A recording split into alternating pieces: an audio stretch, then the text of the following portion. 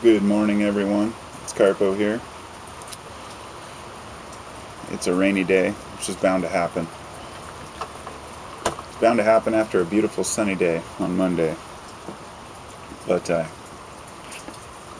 I've been thinking about cycles today, and how when we get into one particular situation or stay in one state too long, not a state as in a state, but a state of mind too long, we tend to wander and forget that every moment is just can be so enthralling. There's no way to really grasp every moment, as in the living in the now. So as people have said, it's a joke to assume that people are happy all the time. It's just kind of been impressed upon us as some kind of reality we can attain or something. But when I was about 16 years old, a friend of mine, he was my buddy Mike. He was in reading. He's a Native American. I think he's Native Blackfoot, and he was really into Native American history, which was good for me because I got to learn a lot about many of those cultural beliefs from those times and his culture. He read a book called Rolling Thunder was the name of the book, but I'm not sure if I know it was the name of the chief or the actual Native American that they wrote the book about, but I don't really recall the details.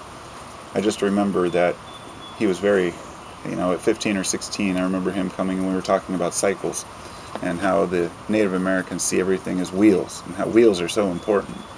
And, when you're a kid, you don't take it quite the same you do as an adult, but understanding cycles at a young age is really important because we think sometimes that we've hit rock bottom or maybe people never come out. This is why sometimes people take their lives and a month later they could be doing great. It's just people become overwhelmed, and likewise some people become very enthralled by having too much, more than they need. Maybe they win the lottery, maybe something great happens to them, or he gets to travel the world, and eventually that novelty wears off.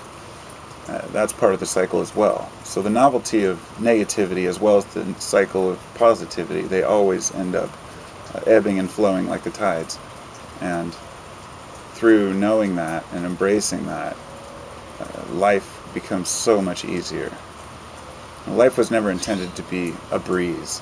It's complicated and it's frustrating sometimes. And I don't think there's anybody alive who hasn't experienced frustration in their life. If they are out there, then they're probably not consulting with very many other humans. Because anytime you hold conversations, you're bound to come up with some sort of conflict eventually. But embracing that cycle and understanding it is one of the most important keys to living a fruitful, happy, successful life, in my opinion. And it's what's worked for me, because no matter how bad things get, no matter how bad off I am, I remember that tomorrow they could all turn around. And I found myself in some pretty tough situations in life, but overall it's been a breeze just because of the way that I perceive the hardships that I've had. Rather than looking at them as a negative thing in my life, I look at every negative cycle as a positive attribute. Something that can help me to grow from it and experience and learn. Because it's my belief that we are here to learn and to be happy. But to assume that we can know all or always be happy is a pipe dream. So when you embrace the good and the bad, nothing phases you anymore. You're still going to have issues in life, but they don't have to be negative experiences if you choose not to make them that way. And that's my view on it. So, namaste everybody. I hope you all have a great day, and no matter how rainy it is at your house, remember, it's rainier somewhere else.